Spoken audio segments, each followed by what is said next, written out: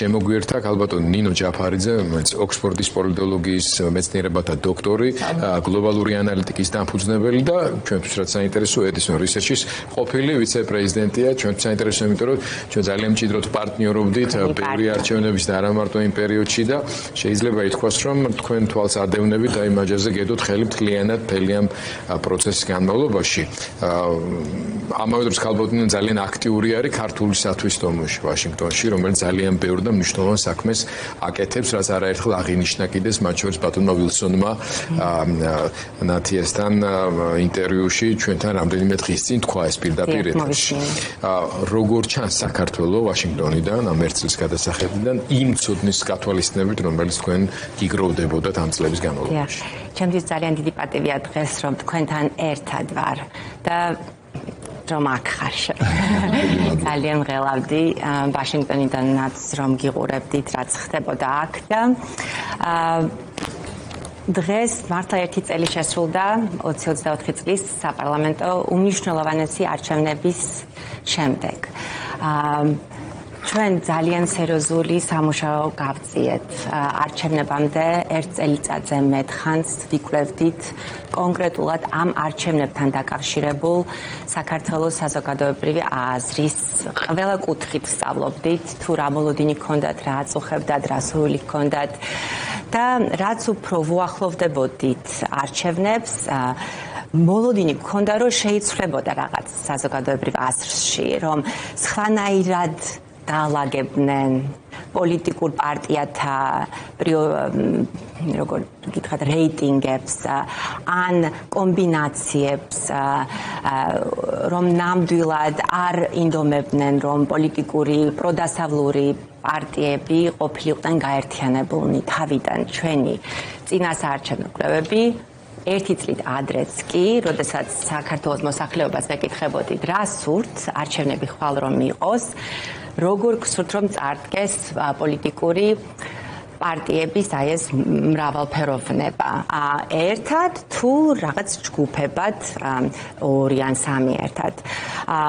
და გვეუბნებოდნენ თუ ვესაუბრებით არა ოცნების ამომრჩეველს არჩევნებზე პასუხი ყოველთვის იყო დომინანტურად პროდასავლური პარტიები უნდა იყვნენ გაერთიანებულნი. ამას რომ ვამბობდით თქვენი ეთერითაც იყო ძალიან არა პოზიტიური გამოხმაურება ქართული პოლიტიკური ელიტიდან. მათი ზოგიერთ ელიტას გააჩნია საკუთარი ტელეარხიც და როდესაც აანალიზებ თუ რა საუბრობენ ან ისმენ რასაც ამბობენ პირდაპირ პასუხი ყოველთვის იყო რომ არა საქართველოს მოსახლეობას სურს რომ პოლიტიკური პროდასავლური პარტიები გაერთიანდნენ რამდენიმე ჯგუფად მაგალითად მოყავდათ რესტორნის მენიუ უნდა გქონდეს არჩევანი დრო მოვიდაო გვეყო მხოლოდ ერთი ლიდერის გარშემო გაერთიანებული აღარ არის ეს საქართველოს გზა საქართველოს ამომრჩეველს სურს არჩევანი და განსაკუთრებით ცენტრის გაძლიერება და ჩვენ ყველა ვნახეთ თუ როგორ გაძლიერდნენ, როგორ დაალაგდნენ და სამწუხარო ფაქტი არის ის, რომ წინასაარჩევნო პერიოდში ტარდებოდა აქ სხვა წინასაარჩევნო კვლევები ვისი ანალიტიკოსებიც და დამკვეთებიც ამბობდნენ, რომ თურმე ჩვენი ედისონის კვლევები არ ასახავს რეალობას. ჩვენ ვცდებით და რომ მოსახლეობას ნამდვილად სურს მენიუ. თავად გააკეთონ არჩევანი. ჩვენ რომ ვხედავდით და ვაანალიზებდით ერთ შემთხვევაში, როდესაც აი ესე ძალიან რაღაც დაპირისპირების მომენტი დადგა, მე ხელთ ჩავიგდე აი ეს მონაცემები ორი დამოუკიდებელი წყაროსგან და გავაანალიზე და იქიდან შედეგი თუ რას გვეუბნება მოსახლეობა იყო ზუსტად ის, რასაც გვეუბნებოდა ედისონის ფორმულას დაკვეთით ჩატარებული კვლევები. ანუ სხვა საქართველო აქ არ იყო. აქ უბრალოდ რა ხდებოდა იცით? რისი დანახვა სურდათ. იმიტომ როდესაც შენ გინდა აი ერთ ჭრილში ხარ, აი ჩარჩო გაქვს წინასწარ მომზადებული და აი ამ ჩარჩოს გატანა გინდა ბოლომდე. შენ შეიძლება ვერ დაინახო ის, რაც შენს თვალწინ არის, ვერ შეერნიშნა, იმიტომ რომ შენი თვინი უკვე ისე არის მომზადებული, რომ ვერ ხედავს იმ ფაქტებს და მოხდა ფაქტების გაფილტრვა, აი ამ რა ფაქტებით სურდათ, რა მიგნებებით სურდა, იმ მიგნებებზე სტრატეგიის და ტაქტიკის აწყობა, რამაც შექმნა ის გარემოება, სადაც ძალზედ გაძლიერებულ ქართულ ოცნებას, რომელსაც აბსოლუტურად ყველა რესურსი ჰქონდა, არა მარტო დომინანტი ტელეარხი ან ადმინისტრაციული რესურსები და სხვა, თქვენ ამაზე რამდენიც ისაუბრებდით, დღესაც არ გამეორდები. აი ასე ძლიერ ორგანიზებულ და გამჭრიახ პოლიტიკურ ძალას მხოლოდ და მხოლოდ ძლიერი, გამჭრიახი, გაძლიერებული, გაერთიანებული ოპოზიცია შეეყავებოდა. ეს არ მოხდა. ლოგიკური შეკითხვა. Exit poll-ის შედეგმა აჩვენა, რომ ქართული ოცნება დაძლია, ასე ვთქვათ, ოპოზიციამ ჯამურად, ხო? აი, სამართლიანი არჩევნების შემთხვევაში, თუნდაც იმ კონფიგურაციით, რომელიც იყო, იმარჯვა ოპოზიცია, მაგრამ ივანიშვილმა აბსოლუტურად გადაწერა ეს ყველაფერი, გაყალბების წარმოუდგენელი მასშტაბით მიიტაცა არჩევნები. ახლა ამაში გეთანხმებით, მაგრამ უფრო დიდი გამარჯვების მოპოვება აი აქ მაქვს უბრალოდ შეკითხვა მიხვედით პრაქტიკულად თქვენ პასუხით რეპლიკით აქამდე თუ კი მოხდებოდა ის რაც თქვენ თქვით და ახსენით გაერთიანება ასეთ შემთხვევაში სხვაობა იქნებოდა თუ არა კიდევ უფრო დიდი რომელსაც უკვე ქართული ოცნება ცოტა უხეშ სიტყვას გამოვიყენებ ვეღარ მოინელებდა და ვეღარ შეინარჩუნებდა ძალაუფლებას. იცით რომ გავიხსენოთ 20-20 წლის არჩევნებით საპარლამენტო 20-20-სა და 20-24 შორის ედისონის exit poll-ებით რა დავინახეთ რომ ოცნების ამომრჩეველთა პროცენტი შემცირდა. ეროდ უფრო ნაკლები ხმა მიიღეს. ედისონის exit poll-ის მიხედვით ოცნებას ქონდა მხოლოდ მოპოვებული 41% ადგილებისა, ხო? და პროდასავლურ ოპოზიციას 50-ზე მეტი. 4 პარტია იყო, რომელმაც მიიღო გადალახა 5%-იანი ბარიერი და იყო რამდენიმე, რომელმაც მიიღო 2% და ხომ ყველამ ვიცით, როგორ ხდება მერე გადანაწილება. მაგრამ ოფიციალურად, რაც გამოაცხადა CESCOM, ეს იყო უპრეცედენტო დღე საქართველოს 21 საუკუნის ისტორიაში მოატრიალა შედეგი. სადაც სხვაობა ედისონის მიერ გამოცხადებულ პროცენტსა და CESCOM-ის მიერ გამოცხადებულ პროცენტს ადრე თუ იყო საშუალოდ 2% სხვაობა რა მიიღეთ 13%. ეს არის არნახული, მაშინ როდესაც ედისონის მეთოდოლოგიაში არაფერი არ შეცვლილა. გამოიკითხა ასევე იმ ღამით თითქმის 15,000 იმ დღეს თითქმის 15,000 ამომრჩეველი 115 საარჩევნო უბანზე საქართველოს მთელი მასშტაბით, რა თქმა უნდა, ოკუპირებულ ტერიტორიებს არ გულისხმობ. ასევე არ მოხდა exit poll-ი დიასპორაში, რაც სხვათა შორის მომავალში რო იქნება არჩევნები, მე მგონი ჩასატარებელია იმის მიხედვით, რაც ჩვენ დავინახეთ. 100,000-ზე მეტი ქართველი ემიგრანტი იყო რეგისტრირებული და 33,000-მა მისცა. რატომ მოხდა ესე? რა ბარიერები იყო? ის ხო ხდებით ეს იგი ხელოვნურად შექმნილი პრობლემები რო და აქ რომ პრობლემები იყო ხო ეს საოცარი გამჭრიახობით გამოირჩეოდა ოცნების მთელი ეს სისტემა და დავუბრუნდები უბრალოდ ჩემი აზრით ჯობს სიტყვა გამჭრიახობას ჩავანაცვლოთ სიტყვა ვერაგობით იმიტომ რომ გამჭრიახობა მაინც ქართულ სამეთყველო ლექსიკონში პოზიტიური კონოტაცია ვერაგობით გამოირჩეოდა და ვერაგობას უფრო მეტი ჭკუა ჭირდება და ვერაგობას მე ვერ ვიტყვი იმიტომ რომ რო ვთქვა მხარედ გამოვჩნდები ანუ ვიტყვით მე ვამბობ აქედან გამომდინარე მაინც უნდა where credit is due რო ამბობენ არა მართლა აღფრთოვანებული ვარ მათი დაგეგმვის სიძლიერით, მათი ძალიან დიდი გამოცდილება დაუგროვდა არჩევნების გაყალბებაში ალბათ. მაგრამ შეიძლება ვთქვა,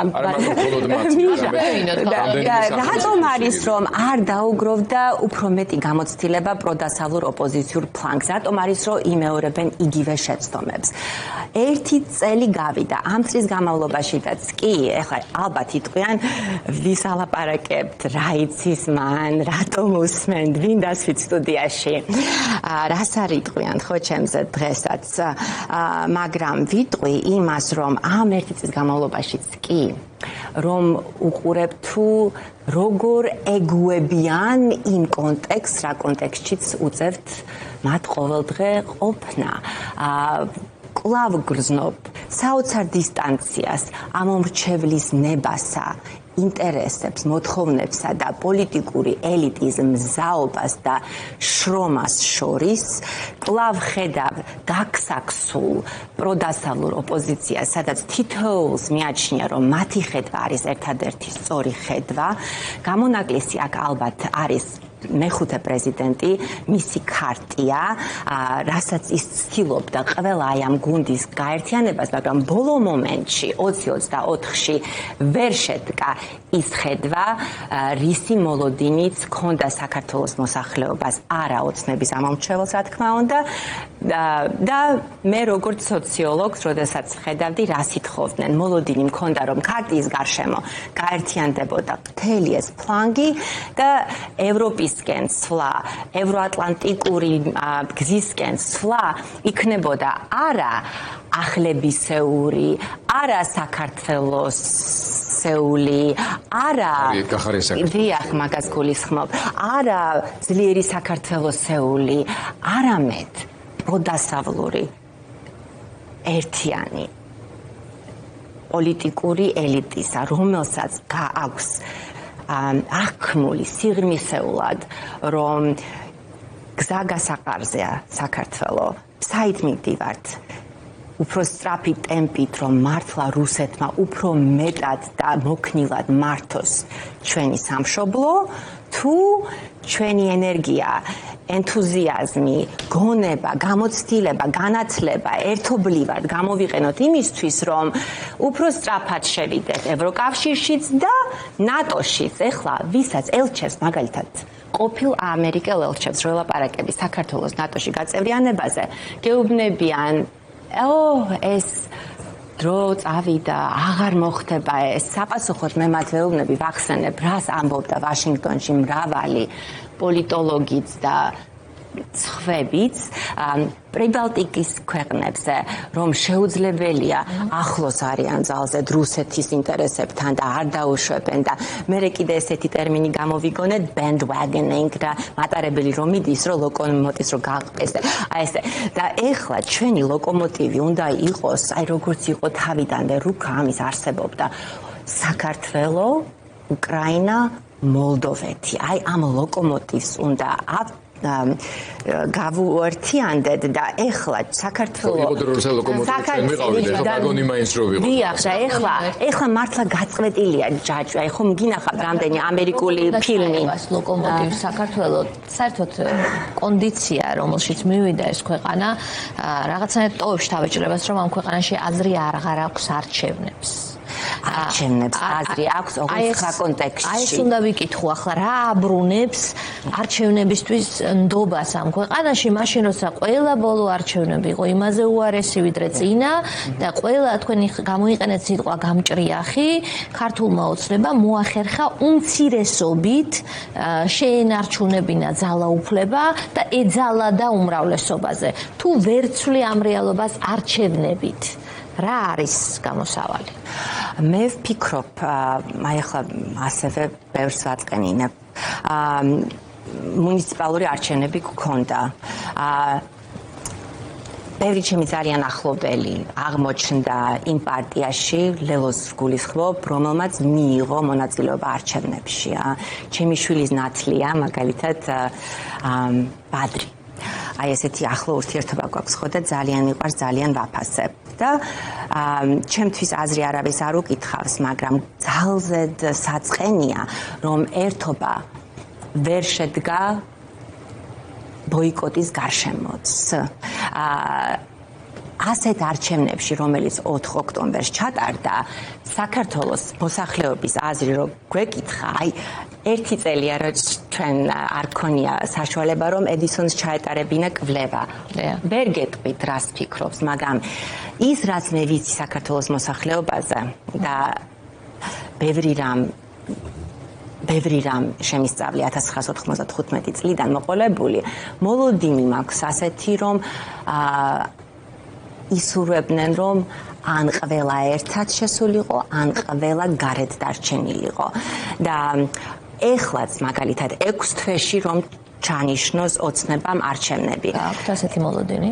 მე მაქვს მოლოდინი ოცნებას თუ სურს რომ უფრო სწრაფად უფრო მეტი კანონი მიიღოს და უფრო ლეგიტიმური იყოს და აი ეს კრიტიკა თავიდან აიცილოს, რომელიც ახლა დღეც და ღამეც ესმით თუ გინდ ევროპის ქალაქებიდან თუ ამერიკიდან თუ საქართველოს შიგნიდან.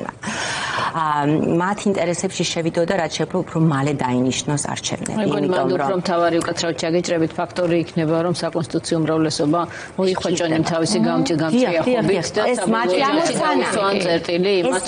ამოცანა. კავშირის და ამერიკის შეერთებული შტატების კრიტიკას მე მგონი დიდი ხანია მათთვის მნიშვნელობა აღარ აქვს. ამაში გეთანხმებით.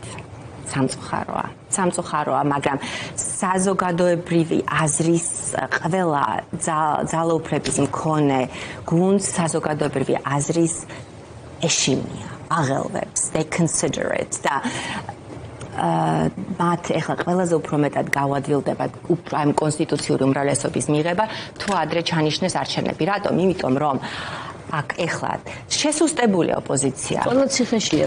ციხეშიც რომ არ იყვნენ. ისედაც ყველა ლიდერი ციხეშია. ხო, ჩვენ ციხეშიც რომ არ ობიექტურობისთვის უნდა ვთქვათ, რომ რაც თქვენ ანალიზს აკეთებთ, რა თქმა უნდა, ჩვენ მოყვებით ამ ანალიზში სხვადასხვა დროს დაშვებულ შეცდომებთან დაკავშირებით, მაგრამ ახლა დეზორიენტაცია, რაღაცა ქაოსი ხო, ოპოზიციურ ველზე ეს პირდაპირ ამ დაკავებებით და რეპრესიებით არის გამოწვეული, ვინაიდან აბსოლუტურად ყველა ლიდერი გარდა ლიდერების არამის გამოუშვეს არის საკანში. გეთანხმებით, კიდევ გეთანხმებით. დავამატებდი ერთ რამეს, ახლა დავაკვირდეთ მაგალითად ჩვენ ლელოს 20-24-ში უფრო ლოიალური ამომრჩეველი ყავდა, ვიდრე დარწმუნებული ვარ, ეხლა რომ ჩატარდეს კვლევა, რომ ვკითხოთ წახვალ არჩევნებში მიიღებ მონაწილეობას თუ არა, გადაწყვეტილება, რამდენად გადაწყვეტილი გაქვს.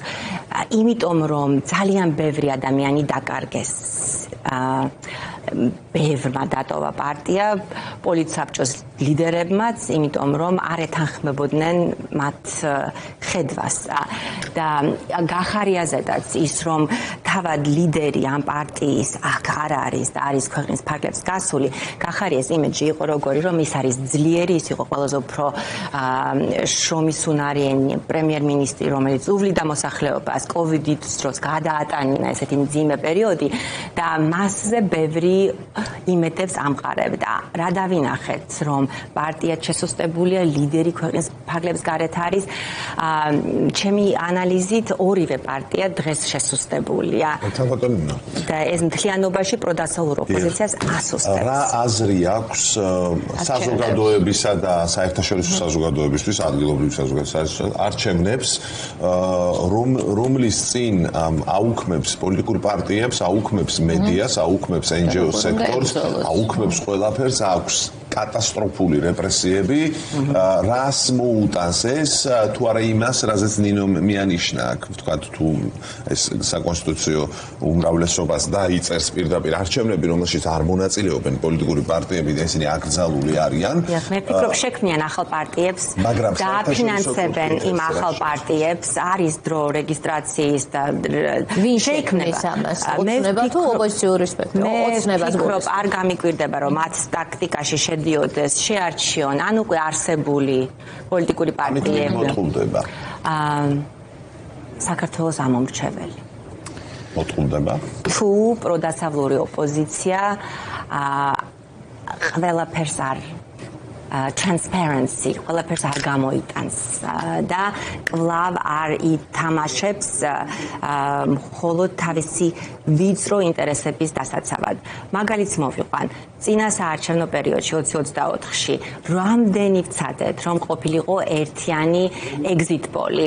ფორმულა მზად იყო, რომ მათივე თქვენივე დაფინანსებით exit poll-ი ყოფილიყო გაერთიანებული მთავარიც რომ ყოფილიყო ამ exit poll-ის მონაწილე და TV პირველიც, ხო? ტელეარხები ვერ გავაერთიანეთ ამ იდეის გარშემო, იმიტომ რომ ყველას უნდოდა რომ თავისი მეხქონოდა და სხვაობაც დავინახეთ exit poll-ის შედეგებში, მთავარის მიერ დაფინანსებულმა exit poll-მა უპირატესობა მისცა ახალს, მაშინ როდესაც ედისონმა საზოგადოებას მიაწოდა და ის მოცემულობა, რა მოცემულობაც ჩვენ მივიღეთ ჩვენი მეთოდოლოგიის შედეგად, exit poll-ის შედეგად. ცესკოსთან ის მონაცემი უფრო ახლოს იყო. ცესკოსთან რომელი მონაცემი? სადაც ახალი უფრო წინ იყო. ცესკოს საბოლოო ისიც margin of error-ში ჯდებოდა, მაგრამ მაინც ძალზედ უცნაური ამბავია. შეიძლება იმედი მაქვს მართლა დამთხოვა იყო და სხვა არაფერი. არის ცალკეული დეტალები, რომელზეც ფართო აუდიტორია შეიძლება დეტალებში შესვლა აღარ ღირდეს, მაგრამ ჩვენი საუბრის ბოლოს მინდა რომ გითხოთ. საინტერესოა რა თქმა უნდა ამ ერთი წლის გადმოსახედიდან თქვენი როგორც აქტიურად სოციოლოგიაში ჩართული ადამიანის შეფასებები, რომელიც იმ მომენტისთვის ადევნებდით ამას თვალს, რეკომენდაციებსაც იძლეოდით, მაშინაც წინააღმდეგობრივი გამოხმაურებები ქონდა თქვენს ასეთ კრიტიკულ ხედვას და განცხადებებს, მაგრამ სურათი არის ის, სადაც მოვედით ახლა და შემდგომი პროცესის შეფასების ნაწილში თქვენ კვლავ სოციოლოგის თვალით უყურებთ ამ პროცესს. მე ცოტა განსხვავებულად შევხედავ და გეტყვით, რომ ქართული ოცნებისა და კონკრეტულად ივანიშვილისთვის, ამისი პატრონებისთვის, აი ამ მომავალი გეგმის ნაწილს ელექტორალური დატვირთვა აღარ აქვს. ჩვენ ისევ ელექტორალურ რეჟიმში გამეხილავთ ამას ყველაფერს. ეს არის უკვე ტიპიური ავტორიტარული რეჟიმის კონსოლიდაციის ეტაპი, როდესაც ამორჩევლების რაოდენობა სუბიექტურად აღარ აქვს მნიშვნელობა, მთავარია სისტემა, რომელიც ყველა წინააღმდეგობრივ ინსტიტუტს ანეიტრალებს და ეს ფაქტობრივად უკვე მიღწეული შედეგია სამწუხაროდ და აღარც სოციოლოგიას აღარ აქვს აზრი და ამ ხმების უკეთესად მობილიზების მანქანა მუშაობს. რაც თქვენი ლაპარაკეთ ეს ამ ნაწილსაც მოიცავს, ვისაც უნდა ნახოს დეტალურად გაიხსენოს რა ხდებოდა დროებაში ბოლომდე ვერ ვაჩვენეთ, იმიტომ რომ აქცია დაიწყო, შეუძლია ნახოს საკმაოდ ვრცელი 25 წუთიანი რეპორტაჟია, რომელიც ასახავს მთელს ამ სისტემას, მექანიზმს, როგორ ხდება ცენტრში და მე ჩაშლა სუსის, პოლიციის, საჯარო სამსახურების პედაგოგების ძალიან კარგად იყო გაშლილი რაღაცების დონეზე. მაგრამ ამ შემთხვევაში მინდა თქვენ დაგისვათ შეკითხვა, როგორც ვაშინგტონში ძალიან აქტიური საქმით აკავებულ ადამიანს, როგორ ხდება ფორმირება საქართველოსთან მიმართებაში პოლიტიკისა. ჩვენ ვატყობთ, რომ ამ ხრივ რაღაც ძალიან აქტიური მოქმედებები არ არის, მაგრამ სიმძიმის ცენტრი არის კონგრესში, სენატში. ამის პარალელურად სახელმწიფო დეპარტამენტი თავისთავად სახელმწიფო დეპარტამენტის უშიშროების საბჭო ვისმენთ განცხადებებს საქართველოსთან დაკავშირებით, რომელიც ჩვენთვის ძალიან მნიშვნელოვანია და მიანიშნებს დინამიკაზე და პოლიტიკის მიმართულებაზე, მაგრამ განახლებები იშვიათად ხდება. ხო, აი ვიცე-პრეზიდენტის ციტატა ჩამჯდარი მყარად უკვე თავისთავად, მაგრამ აი რომ რაღაც ახალი ისეთი განსაკუთრებული არაფერი. ეს ცუდი ამბავია ივანიშვილისთვის ერთმნიშვნელოვნად, მაგრამ ნუ ჩვენი სურვილი და მოლოდინები არის, რომ ამ ხრივ პოლიტიკა კიდევ უფრო მკაცრი და კიდევ უფრო მიზანმიმართული გახდეს. თქვენ რა სელით უახლოეს თვეებში ამ ხრივ? განსაკუთრებით რუსეთთან დაძაბულობის ესკალაციის, პუტინთან პერსონალური დაძაბულობის ესკალაციის ფონზე. არ ხდება, იმიტომ რომ ძალიან ბევრი რამ ხდება სოფლიოს გარშემო, რომელიც ამერიკის აი ამ ყველა მოთამაშის ძალიან სერიოზულ ენერგიას მოითხოვს და თქვენ ჩამოთვალეთ ჩემს წინ თქვენი სტუმარი ვინც იყო ძალიან საინტერესოდ ისაუბრა ხომ აი ამ საგარეო პოლიტიკაზე და მოვლენებზე და საქართველოს რა თქმა უნდა ვერ იქნება თემა ნომერი 1 პირველი თემა მაგრამ ის რომ ვიყოთ ხუთეულში მაინც უკრაინა რო განიხილება და მოლდოვა რო განიხილება და სასონხეთი და აზერბაიჯანი. მე ოპედიც კი დავწერე ამ თემასთან დაკავშირებით, რომ ტრამპი საუბრობდეს, ფიქრობდეს ამ ჩვენს ქვეყანაზე. ამისთვის რა არის საჭირო? ამისთვის აუცილებელი არის, რომ ის რომ მოსახლეობა უკმაყოფილოა არსებული გარემოებით. ეს ძალიან ხმამაღლა რომს ჩანდეს. ამას მოსახლეობა პროტესტი იქნება მრავალრიცხოვანი თუ მცირერიცხოვანი, ყოველდღიურად ეს რომ ხდება, ამას ამჩნევენ. ვერ იტყვი ამას, ვერავინ ვერ იტყვის პროდასავლურ ოპოზიციური პარტიების ორგანიზებულობაზე. რომ ჩამოდიან ვაშინგტონში ერთად, მაგალითად, არასამთავრობო სექტორის წარმომადგენლები, როდესაც ჩამოდიან ვაშინგტონში, ერთად ხშირად უწევთ ერთად მოგზაურობა და ერთად შეხვედრები. ვერ ნახავთ ერთ შეხვედრასაც კი, სადაც პროდასავლური ოპოზიციური პარტიები ჩადიან, ან მათი წარმომადგენლები ჩადიან და ხვდებიან და ატარებენ ამ სამუშაო შეხვედრებს ერთიანი ხედვით. ყველა დადის ცალ-ცალკე. ეს იწვევს გადაღლილობას, არასერიოზულად აღქმას და ვიტყოდი, რომ დღეს ესეთი არასერიოზული და დამღლელი აღქმა რომ არ იყოს, აუცილებლად დასაგეგმი არის ერთობლივი ჩასვლა, წინასწარ გაწერილი შეხვედრები არა იმ ადამიანებთან და მხოლოდ იმ ადამიანებთან, ვისაც ისედაც ხვდებით და ვინც ისედაც უკვე ჩვენებურად ფიქრობენ, არამედ სამუშაო არის გადაუწყვეტელთან ან კონკრეტულად რამდენიმე სენატორის დასახელებად შემიძლია Rand Paul-საც უნდა შეხვდნენ, ოკლაჰომის სენატორსაც უნდა შეხვდნენ,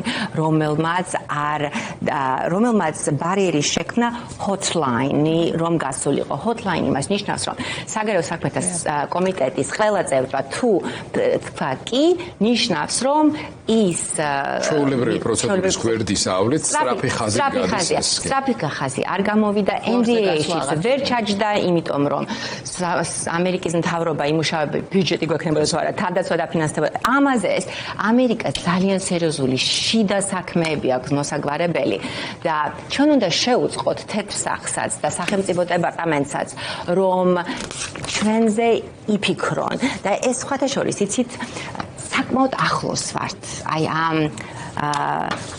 კართან.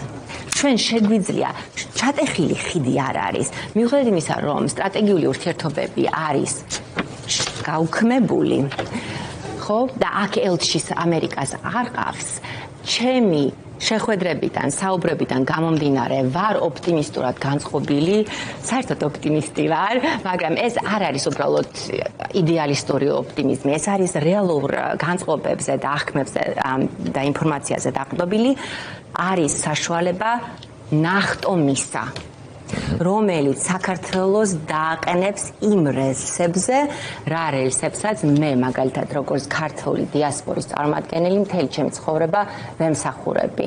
მე არ მინდა ისე წავიდე ამ ცხოვრებიდან, რომ არ შევესწრო საქართველოს არა მარტო ევროკავშირში წევრობაზე, არამედ ევროატლანტიკურ ალიანსზე და ფინეთს არ უნდა და მაგალითი იყო იმისა, რომ ნახეთ, ფინეთი გახდა და ჩვენ არ უნდა გავხდეთ ნატოს წევრები და ეხლა აუცილებელი არის მეგობრებს ჩაკიდო ხელი, აუცილებელია ახალი მეგობრები გაიჩინო, ამას ვერ ვიზამთ მარტო თამაშით. უნდა გავიხსენოთ სულხან საბა ორბელიანის ძალა ერთობაში. უნდა გავიხსენოთ ჩვენი ხორუმი. უნდა გავიხსენოთ ჩვენი მრავალხმოვანი პოლიფონიური სიმღერები, რომელიც ლამაზია, იმიტომ რომ ერთად მღერი და ერთად ვდგავართ. და ეს უნდა გადავიდეს პოლიტიკურ მოქმედებაში, ქცევაში, რომელიც უნდა იყოს გაჟღენთილი ისე ჩვენში თავიდან ბოლომდე, როგორც არის გაჟღენთილი ჩვენი კულტურა, რომ მამას უნდა სცებატივი, დედას უნდა ბაბუას, ბებიას, სკამი უნდა დაუთმოს, ხო, ჩვენში დევს, ესე პოლიტიკურ ელიტას უნდა მოვთხოვოთ ასეთი სტანდარტით მუშაობა. მადლობა ქალბატონი, მადლობა თქვენზე წარმატებები და დიდხანს მენახეთ ეთერში.